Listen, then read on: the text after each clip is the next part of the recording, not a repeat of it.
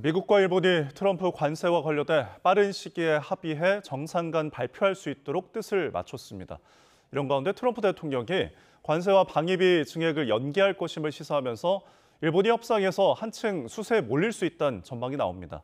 일본 현지 특파원 연결합니다. 김세호 특파원. 네, 도쿄입니다. 네, 미일 간 관세 협상이 일단 끝났는데 양측 간 어떤 이야기가 오갔습니까?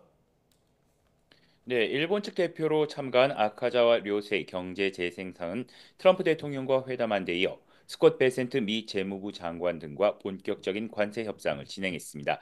미일 양국은 조기에 합의해 정상 간 발표할 수 있도록 한다는 데 뜻을 맞췄다고 밝혔습니다. 또 미일 양국이 다음 협의를 이번 달 안에 실시하기 위해 일정을 조율하고 장관급에 이어 실무급 협의도 계속한다는 데 의견을 일치했습니다. 아카자와 경제재생상은 협상에서 미국의 관세에 매우 유감이라는 뜻을 밝혔다고 말했습니다. 그러면서 관세가 일본의 산업, 미일 양국 투자, 고용 확대에 미치는 영향을 설명한 뒤 관세 정책의 재검토를 강하게 요구했다고 설명했습니다. 이어 일본과 협의를 최우선하겠다는 트럼프 대통령의 발언도 함께 전했습니다.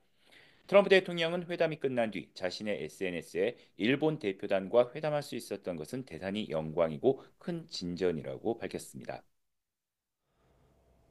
네, 트럼프 대통령이 협상에 직접 참가하겠다고 한 데 이어서 방위비 의제를 언급했는데 일본 측의 반응은 어떻습니까? 네, 앞서 트럼프 대통령은 자신의 SNS에 본인도 회의에 참석하겠다는 뜻을 밝혔습니다. 이어 어제 이에 어젯밤 이시바 총리는 관저로 관방장관 등 주요 관료들을 긴급히 소집한 데 이어 워싱턴에 도착한 아카자와 경제재생상과도 통화로 대응책을 긴급히 논의했습니다.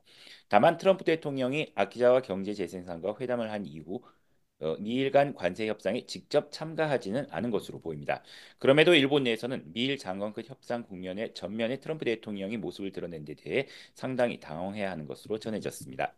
특히 트럼프 대통령이 SNS에서 일본과의 군사 지원 비용을 언급했는데요.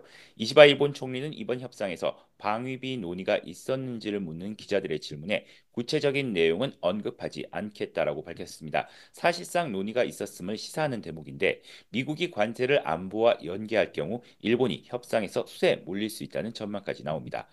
이번 미일 간 관세 협상 과정과 결과는 우리나라로서도 추후 미국과의 협상에서 시사하는 바가 매우 클 것으로 예상됩니다. 지금까지 도쿄에서 YTN 김세호입니다.